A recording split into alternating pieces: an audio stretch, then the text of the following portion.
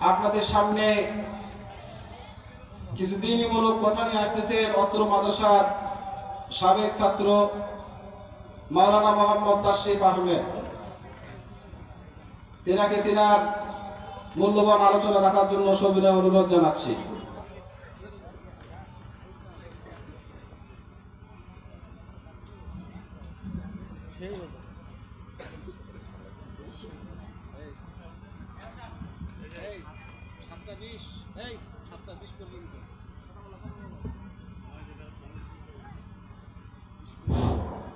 আসসালামু আলাইকুম ওয়া রাহমাতুল্লাহি ওয়া বারাকাতুহু।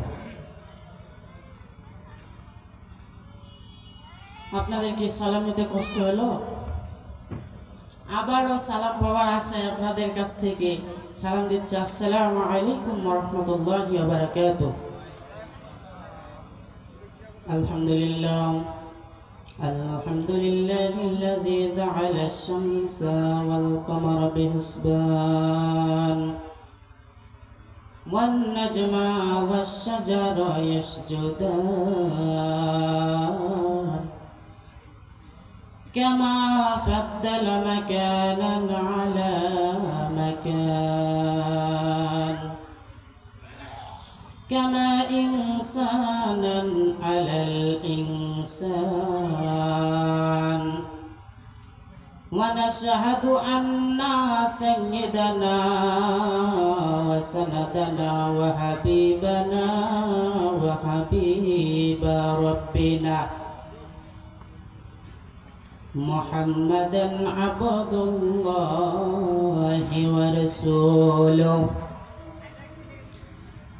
الذي أرسله بالحق بشيرا ونذيرا وداعيا إلى الله بإذنه وسراجا وقمرا منيرا أعوذ بالله من الشيطان الرجيم بسم الله الرحمن الرحيم तुकुजावा सुन्नते अहमद कुजाबा मोहम्मद कई बोवत निस्बतुरा कार शैता मी कोने नामत वली गुरवली लानु तस्ते बरवली तुमसे कोई हमदम कोई दम साज नहीं बातें तो है हरदम मगर आवाज़े नहीं दिन की सूरज डूब रही है हम लोगों के सामने रोज़े महशर क्या जवाब है मुस्तफ़ा की सामने एक चश्मे ज़दन गाफिल ज़ा शाह नबाशी एक चश्मे ज़दन गाफिल ज़ा शाह नबाशी शायद के निगाह कुनदागा नबाशी शायद के निगाह कुनदागा नबाशी अय्युहल्लज़ीना आमनू सल्लु अलैहि वसल्लिमू तस्लीमा अल्लाहुम्मा सल्लि अला मुहम्मद व अला आलि मुहम्मद कमा सल्लैता अला इब्राहीम व अला आलि इब्राहीम इन्नका हमीदुम मजीद अल्लाहुम्मा बारिक अला मुहम्मद व अला आलि मुहम्मद कमा बारकता अला इब्राहीम وعلى آل إبراهيم إنك حميد مجيد तेरे सिवा महबूब इलाही कोई नहीं है कोई नहीं तेरे सिवा मौजूद हकीकी कोई नहीं है कोई नहीं यादों में तेरे सबको भुला दूं यादों में तेरे सबको भुला दूं कोई ना मुझको याद रहे वक्त आए जब तादामे आखिर, अब तो रहे जब तादामे आखिर, फिर दे जुबा आए मेरे इलाह, ला इलाहा इल्लल्लाह, ला इलाहा इल्लल्लाह, मोहब्बत ला इलाहा इल्लल्लाह, ला इलाहा इल्लল্লাহ। সকল প্রশংসা মহান রব্বুল আলামিনের দরবারে, যিনি আজকে আমাদেরকে এই ভরা মজলিসে, এই দ্বীনি মজলিসে আসার এবং বসার তৌফিক দান করছে। সকলে জোরে বলেন আলহামদুলিল্লাহ। অনেকেই আসতে পারে নাই, ইচ্ছাকৃত করেও আসে না, মনে হয় দোকানে হোক অন্যান্য জায়গাতে ঘোরাফেরা করতেছে, কিন্তু এই জায়গায় আসতে মন চাচ্ছে না, কারণ শয়তান তার দিলের মধ্যে একদম চিপকায় ধরছে, এই কারণে আসতে পারছে না। গ্রামের মাহফিল, গ্রামের লোকজন, এই আশেপাশে যতগুলো গ্রাম আছে, এই গ্রামের মানুষগুলো যদি এসে বসে পড়ে, তাহলে প্যান্ডেল ভরে যাবে, প্যান্ডেল খালি থাকার কথা না। কিন্তু দেখেন আজকে আমাদের কপাল পোড়া, আমরা এত সুন্দর মাহফিলের আয়োজন করছি, কিন্তু মানুষের কোনো খোঁজ খবর নাই, আসে না। আর এমন সময় ছিল প্রকাশ্যে কালেমার দাওয়াত দেওয়া যাইত না, প্রকাশ্যে কালেমার দাওয়াত দিতে পারতো না। কেন পারতো না? কাফের বেঈমানরা আক্রমণ করত। আর এখন আমরা তো নিরাপত্তা পাইছি, আমাদেরকে তো মারতে আসে না, কাটতে আসে না। মাহফিল করলে এত নিরাপত্তা পাইছি, তবুও যদি আমরা না আসি, তাহলে আমরা কেমনে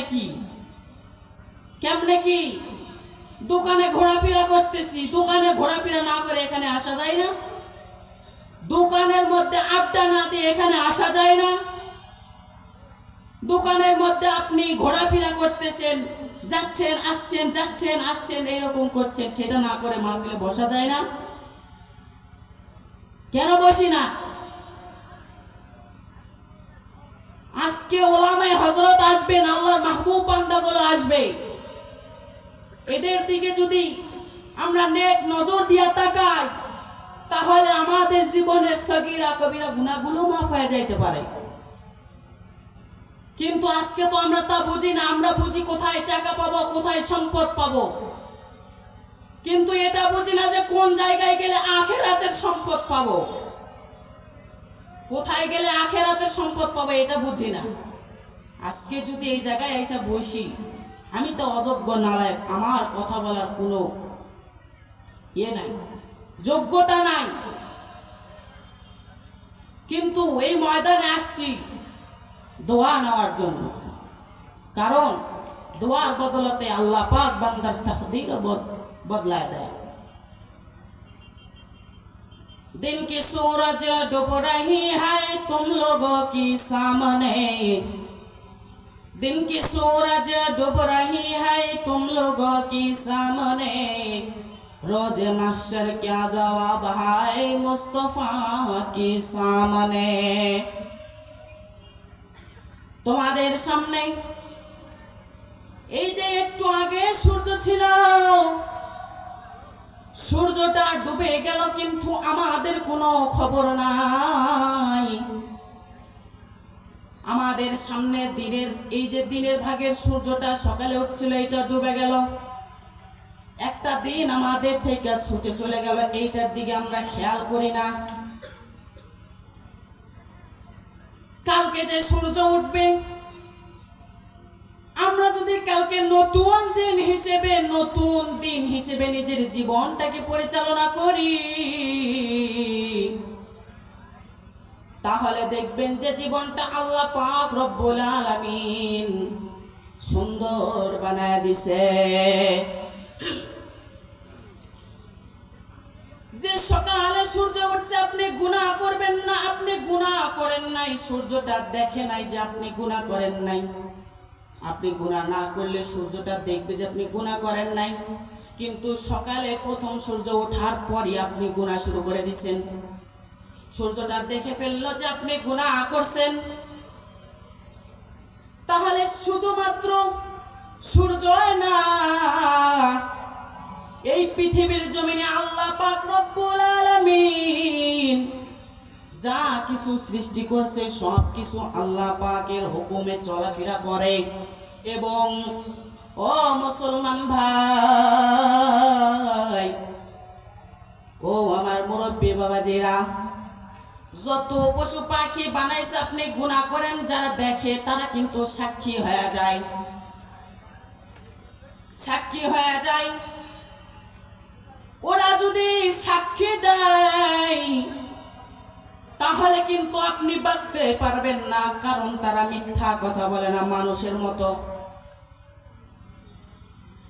আমাদের সামনে সূর্যটা ডুবে যাচ্ছে, আবার নতুন সকাল হচ্ছে, কিন্তু আমরা খবর নিচ্ছি না যে আজকে যে গুনাহ করলাম আল্লাহ পাকের কাছে যদি মাফ চাই আল্লাহ পাককে মাফ করবে।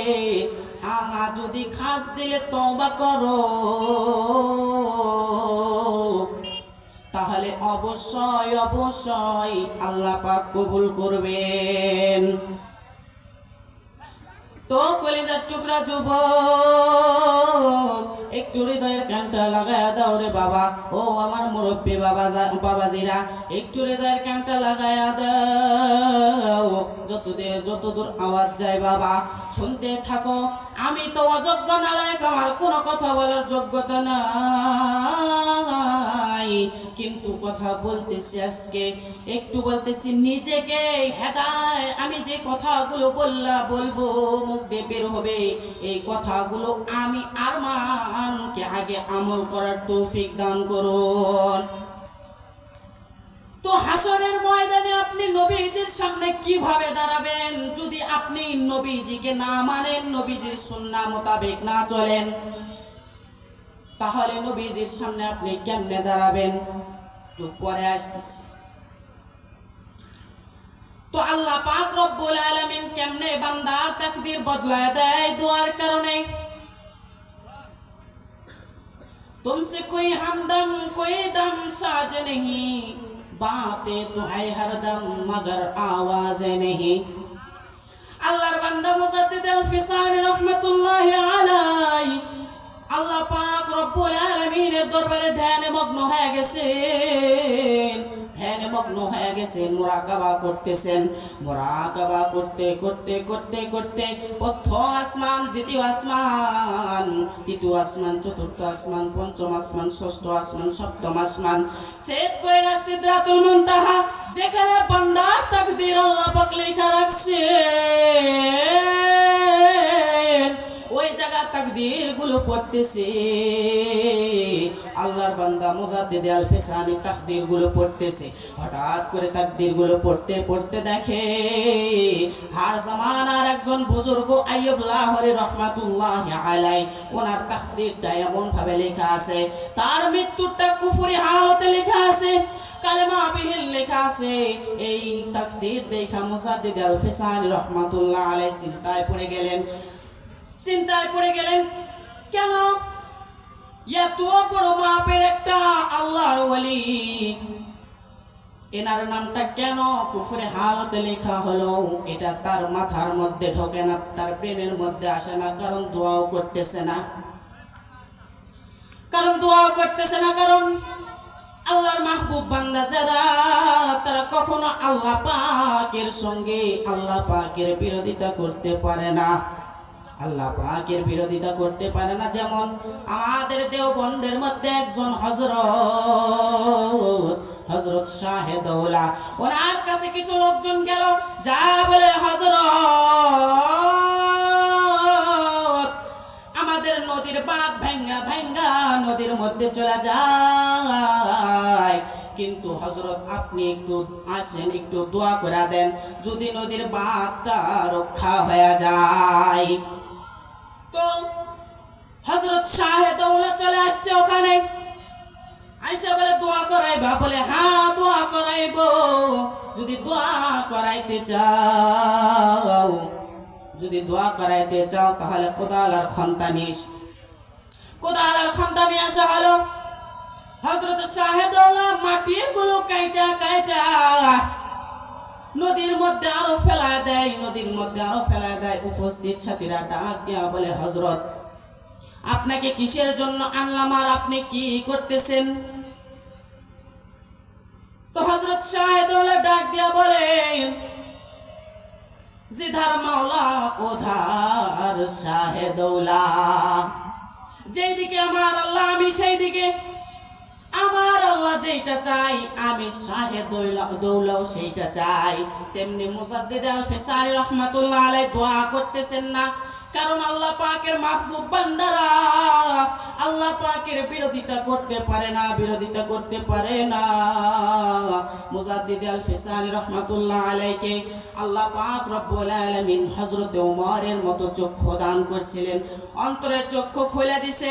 এই কারণে মুরাকাবা কইরা আল্লাহ পাকের আসমান পর্যন্ত তার দৃষ্টি চলে গেছে।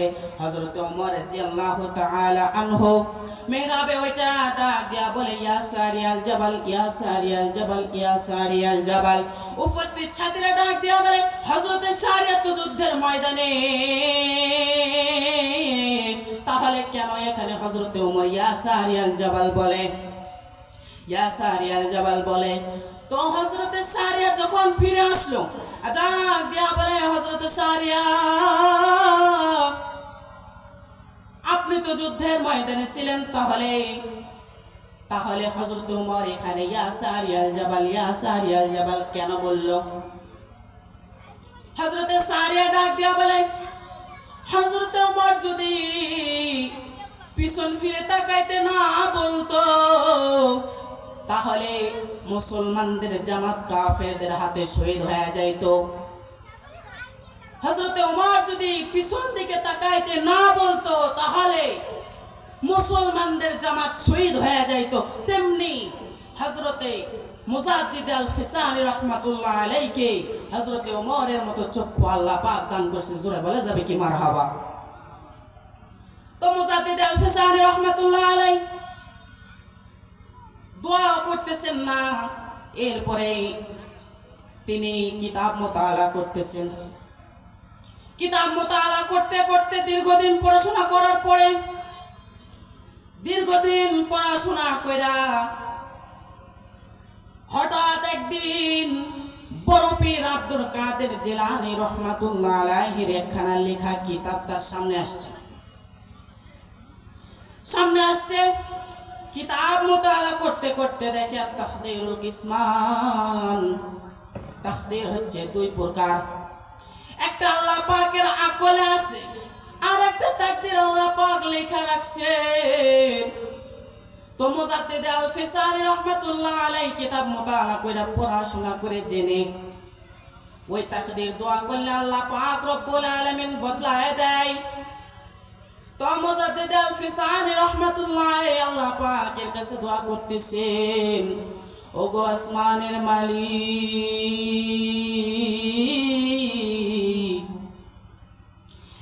আপনার মাহবুব বান্দা, আপনার আল্লাহ ওয়ালা এই লোক তো কখনো গুনাহ করে নাই, সারাটা জীবন কলা রাসূল সাল্লাল্লাহু আলাইহি ওয়াসাল্লাম পড়াইতে জীবনটা অতিবাহিত করেছে। পথহারা মথহারা মানুষগুলোকে আলোর দিশা দেখাইছেন, দিনের দিকে আনছে। ওনার নামটা কেন কুফরি হালতে লেখা আছে? আল্লাহ শাইখের নাম আপনি কুফরি হালত থেকে কাইটা ঈমানওয়ালা কালেমাওয়ালা মৃত্যু নসিব করিয়া দেন। দোয়া কবুল হয়ে গেছে। মুজাদ্দিদ আল ফিসানি রহমাতুল্লাহি আলাইহি পরের দিন আবার মুরাকাবা করতেছে। মুরাকাবা করতে করতে আবার প্রথম আসমান, দ্বিতীয় আসমান, তৃতীয় আসমান, চতুর্থ আসমান, পঞ্চম আসমান, ষষ্ঠ আসমান, সপ্তম আসমান, সিদরাতুল মুনতাহা, যেখানে বান্দার তাকদীর লেখা আছে, ওই তাকদীর গুলো পড়তেছে। পড়তে পড়তে আইয়ুব লাহোরী রহমাতুল্লাহ আলাইহির তাকদীর আবার চলে আসছে।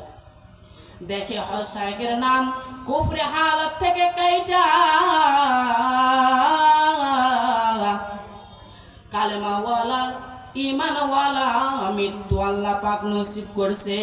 জোরে বলা যাবে কি সুবহানাল্লাহ। তো মুসলমান ভাই, একটু গভীর মনোযোগ দিয়ে কথাগুলো একটু বুঝবেন রে বাজান। তাহলে দেখেন, দোয়ার কারণে বান্দার তাকদীরও বদলায় যায়, আল্লাহ বদলায় দেয়। তেমনি করে আজকে এই মাহফিলটা বড় দামি ময়দান, উলামায়ে হযরতের ময়দান। এই মাহফিলে আল্লাহ পাকের মাহবুব বান্দাগুলো আসবে। মাহবুব বান্দাগুলোর দিকে যদি একটু নেক নজর দিয়ে তাকাও, তোমাদের জীবনের সগীরা গুনাহগুলো আল্লাহ পাক মাফ করে দিতে পারে। বিশেষ করে আমি অযোগ্য নালায়ক, আমার কোনো যোগ্যতা নাই এখানে বসার, বড় গুনাহগার, এখানে বসার আমার কোনো যোগ্যতা নাই। কিছু কথা বলতেছি আমি নিজেকে টার্গেট করে, নিজে টার্গেট করে বলতেছি। এখানে হযরতরা আসবে, বিশেষ করে তাদের কাছে দোয়া নেওয়ার জন্য আসছি। কারণ দোয়ার কারণে, আলেম ওলামাদের দোয়ার কারণে, আল্লাহ পাকের মাহবুব বান্দাদের দোয়ার কারণে বান্দার তাকদীর আল্লাহ পাক পাল্টায় দেয়। আল্লাহ পাক রব্বুল আলামিন আমাদেরকে বলে নাই যে তোমরা গুনার মধ্যে লিপ্ত হও। আল্লাহ সর্বদা আমাদেরকে বলছে